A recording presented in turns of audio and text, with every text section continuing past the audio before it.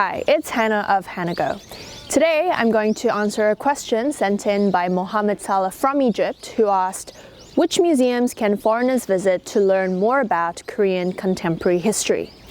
From the days of the Daehan Empire to 35 years of Japanese rule, the independence movement, and a war that almost destroyed the country, the past 100 years has been a tumultuous time for Korea. Now, with so much ground to cover, our museum visits will offer just a quick glimpse into the past century. Consider it an accelerated crash course, if you will. I hope you're ready. Follow me.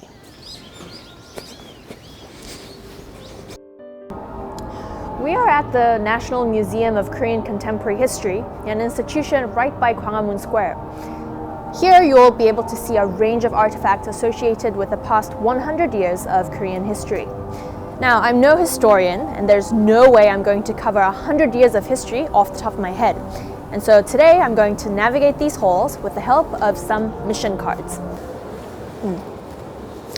Pop culture of the 1960s and 80s. Welcome to Seoul's Old Theater District. Should we go buy some tickets for a movie? So in this section you can find out what kind of music, movies, fashion our parents' generation might have enjoyed back in the 60s, 70s, and 80s. And it's fairly interactive, so you can listen to some songs, check out some movie posters, and look at a number of very interesting displays. Now, if you look here, it says, in 1897, King Gojong proclaimed himself emperor and founded the Korean Empire. The photo you see here is a picture of what is now City Hall, that area surrounding downtown Seoul.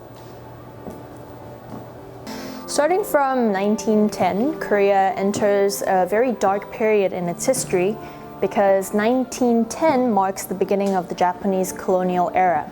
This is when Korea was oppressed. We lost our culture, our language to the Japanese occupation. So as I mentioned, 1910 marks the start of the Japanese colonial era in Korea. Japanese occupied Korea for around 35 years.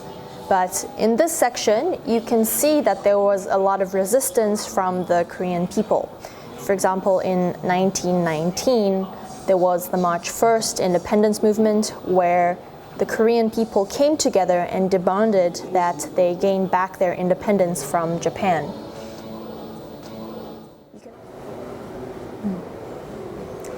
Now that we've spent some time reviewing the important milestones of the past century, let's turn back the clock and focus our attention on the year 1919, the year of the March 1st independence movement and the establishment of the Provisional Government of the Republic of Korea. This year, 2019, marks the centennial anniversary of these two pivotal moments in Korean history. A special exhibit will help us gain some perspective on Korea's fight for independence. This is the Soliman Prison History Hall, a museum and former prison located in Seoul's Taesoon district. This facility was used during the Japanese colonial era to imprison Korean liberation activists. And I've learned that following the March 1st independence movement, the number of prisoners increased drastically.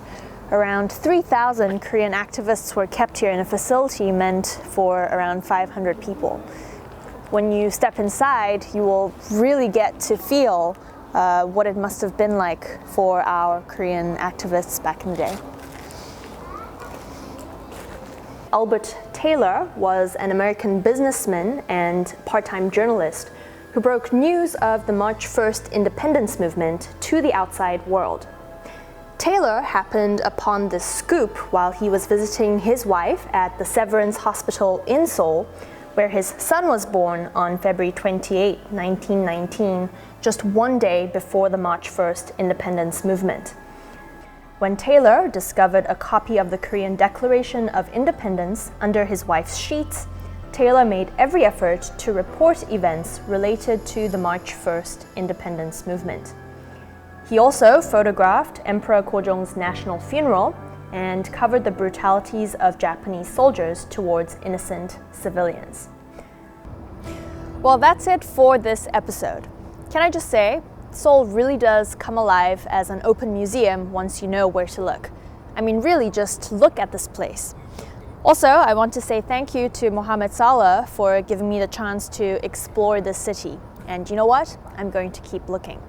Which reminds me, starting from March 1st, a number of events related to the Korean independence movement will open across the country and at Korean cultural centers around the world. So Hanago fans, keep your eyes peeled. I'll see you next episode. Bye!